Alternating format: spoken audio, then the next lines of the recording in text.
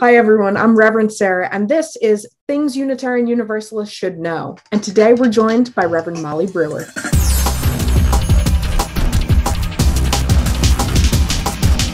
Hi, I am the Reverend Molly Brewer. My pronouns are Faye, Fair, and Fairs. I live in Portland, Maine, but I am currently serving as the Youth Ministry Coordinator in Rochester, New York at First Unitarian. Reverend Molly is a champion within our denomination for disability rights, neurodiversity, and fat acceptance. Is that the right phrase? Yes, fat acceptance, fat liberation is another one that I hear used very frequently. So, Reverend Molly, what's something you wish all UUs knew? This is an idea that came from CB Beal, who is one of our absolute rock star religious educators. CB talks about preemptive radical inclusion.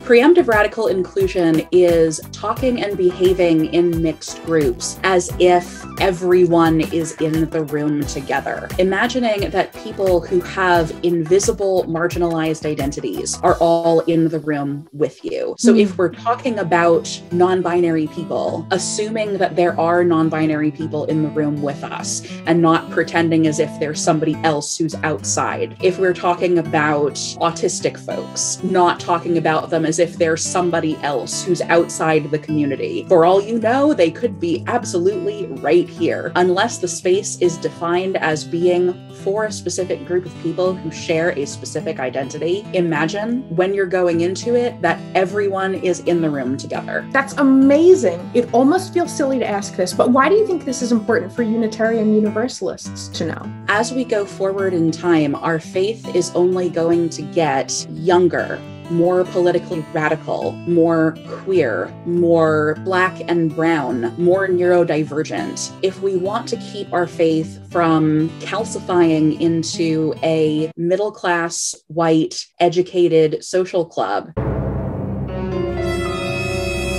then we need to behave as if all of these people are already with us. Because in many cases, we are already here. Yes. Pluralism for us needs to be an ongoing discipline, to continue practicing it on purpose and intentionally. One of the things that we can do as an example of preemptive radical inclusion is when we're in something like a workshop space, inviting many ways to be, allowing people to move their bodies as they need to, as feels comfortable for them, allowing people to draw or knit or do something with their hands, letting people get up and go to the restroom as they need to. All of these are ways that we can be more inclusive with each other. I also think we should have snacks at all times. I also think so. Okay, so what are some other things that you think all UUs should know? Pagan and earth-centered are not the same thing, and not all paganisms are the same as each other. The piece of Wild Things by Wendell Berry,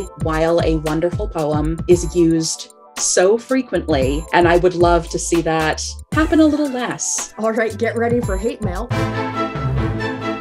New England is not the same as Boston. There are large parts of New England where our heritage actually comes from Universalists as opposed to Unitarians. So when you're saying New England UUs, you are talking about a monolith that doesn't exist. Reverend Molly, thank you for coming on TUUSK. It was so good to have you and to talk to you. Thank you for having me. It was so wonderful. I can't wait to see every episode of this show. All right, everyone, take care.